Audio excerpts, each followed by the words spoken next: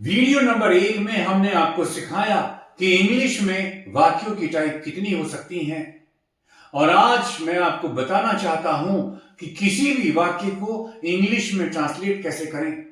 किसी भी वाक्य को इंग्लिश में ट्रांसलेट करने का एक और एकमात्र नियम है कि वाक्य की शुरुआत में सब्जेक्ट रखें। वाक्य की शुरुआत में सब्जेक्ट रखें, उसके बाद हेल्पिंग वर्ब, उसके बाद वर्ब और उसके बाद ऑब्जेक्ट। इसी बात को एक बार और सुन लो। किसी भी वाक्य को इंग्लिश में ट्रांसलेट करने के लिए शुरू में सब्जेक्ट रखें, उसके बाद हेल्पिंग वर्ब, उसके बाद वर्ब और आखिर में ऑब्जेक्ट। अब ये सब्जेक्ट होता क्या है? सब्जेक्ट वाक्य के शुरू में आता है और वह काम करता है। हर वाक्य में एक आदमी होता है और वो काम करता है और वो शुरू में ही होता है, उसे हम सब्जेक्ट कहते हैं। उसके बाद आई helping verb. Helping verb Hindi के वाक्यों में नहीं होती। हेल्पिंग वर्ब हिंदी के वाक्यों में नहीं होती। हेल्पिंग वर्ब इंग्लिश के वाक्यों में होती है। इंग्लिश में जितने चैप्टर हैं उनकी हेल्पिंग वर्ब अलग अलग है। पहला चैप्टर, उसकी हेल्पिंग वर्ब है डज और डू। इसके बाद अगले की डिड, उससे अगले की विल शैल, उससे अगले की इज आर एम, उससे अगले की वॉज वर, उससे अगले की विल बी शैल बी, उससे अगले की हैज हैव आदि। एक बार और सुन लो इसी बात को। हेल्पिंग वर्ब हिंदी के वाक्यों में नहीं होती। हेल्पिंग वर्ब इंग्लिश के वाक्यों में होती है और उनको याद करना पड़ता है। इसके बाद आई वर्ब। वर्ब होती है आखिर में। वर्ब होती है आखिर में और वाक्य में जो भी काम हो रहा है उसे वर्ब कहते हैं और वर्ब की पहचान है उसके अंत में आ जाता है ना। ना। अब जैसे आना, उठना, बैठना, सोना। एलकेजी में आपने एक्शन वर्ड पढ़े थे, आना, जाना, सोना, उठना, बैठना। वे एक्शन वर्ड आज की तारीख में वर्ब हैं। वर्ब होती है वाक्य के आखिर में। वाक्य में जो भी हो रहा हो उसे वर्ब कहते हैं और वर्ब की पहचान है अंत में आ जाना चाहिए उसके नाम। अब आया ऑब्जेक्ट। ऑब्जेक्ट होता है वाक्य के बीच में। ऑब्जेक्ट वाक्य के बीच में और ऑब्जेक्ट होता क्या है? वर्ब हमने लिख ली। वर्ब का संबंध जिससे भी होता है वो शब्द ऑब्जेक्ट होता है और ऑब्जेक्ट वाक्य के बीच में आता है। मान लो हिंदी में सेंटेंस है लिखा हुआ, हमें क्या समझ में आया? हिंदी में सेंटेंस लिखा हुआ है और इसको इंग्लिश में ट्रांसलेट करना। हम वो ट्रांसलेट कैसे करेंगे? हम शुरुआत अब यहां से करेंगे। शुरू में होगा सब्जेक्ट, एक साथ आखिर में जाएंगे। आखिर में होगी वर्ब, उसके बाद में आएंगे बीच में। अब बीच में क्या होगा? वहां होगा ऑब्जेक्ट। इसका मतलब क्या हुआ?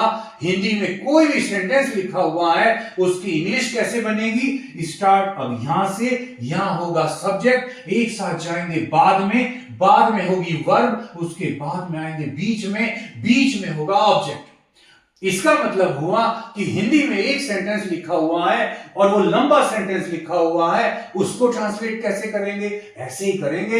एक सेंटेंस हिंदी में लंबा लिखा हुआ है, स्टार्ट हम यहां से ही करेंगे। यहां होगा सब्जेक्ट, उसके बाद आखिर में जाएंगे, आखिर में होगी वर्ब, अब आएंगे इससे पहले होगा ऑब्जेक्ट। आपका सेंटेंस है लंबा तो ऑब्जेक्ट आपने लिखी वर्ब, उससे पहले होगा। ये है सब्जेक्ट, आखिर में गए वर्ब, इससे जो पहले होगा वो ऑब्जेक्ट है। अब भी सेंटेंस रह गया, अब क्या करेंगे? अब उल्टा आएंगे और इंग्लिश आखिर तक बनाएंगे। हम इसे क्या कहेंगे? ये सारी चीज फालतू चीज है।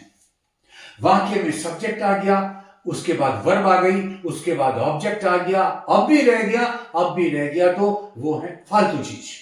तो इसका मतलब हुआ कि इंग्लिश हम कैसे बनाएंगे? स्टार्ट हम यहां से करेंगे, यहां से शुरू, एक साथ आखिर में जाओ, उसके बाद इधर, उसके बाद इधर और आपका सेंटेंस पूरा हो जाएगा।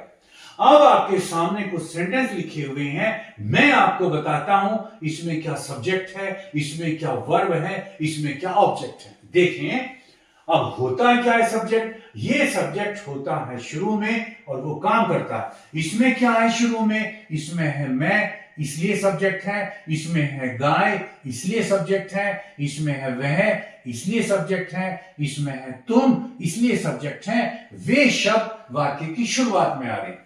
हेल्पिंग वर्ब हिंदी के वाक्यों में होती नहीं है। अब आएगी वर्ब, वो होती है आखिर में। वर्ब की पहचान है उसमें काम होता है, उसमें ना लगता है। इसमें आखिर में गए तो वर्ब है पढ़ना, आखिर में आ रहा है इसलिए वर्ब है। इसमें है वर्ब देना, इसमें भी लग गया ना, आखिर में आ रहा है इसलिए वर्ब है। इसमें वर्ब है जाना, आखिर में आ रहा है, ना लग गया इसलिए वर्ब है। इसमें वर्ब है पीना, बाद में आ गया ना, आखिर में आ रहा है इसलिए वर्ब है। अब हमें देखना है ऑब्जेक्ट। ऑब्जेक्ट होता है बीच में, ऑब्जेक्ट वाक्य के बीच में। और क्या होता है?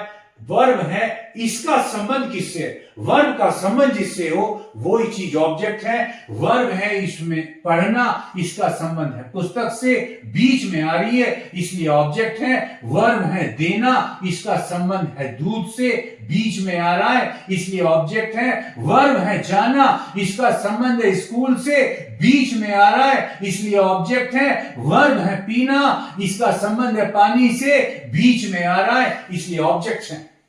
आपकी समझ में आया कि हम जब भी इंग्लिश में ट्रांसलेट करेंगे हम यहां से करेंगे, स्टार्ट करो, स्टार्ट में सब्जेक्ट, एक साथ आखिर में जाएंगे, वहां है वर्ब, उसके बाद में आएंगे, वहां है ऑब्जेक्ट। आपका सेंटेंस कंप्लीट हो जाएगा।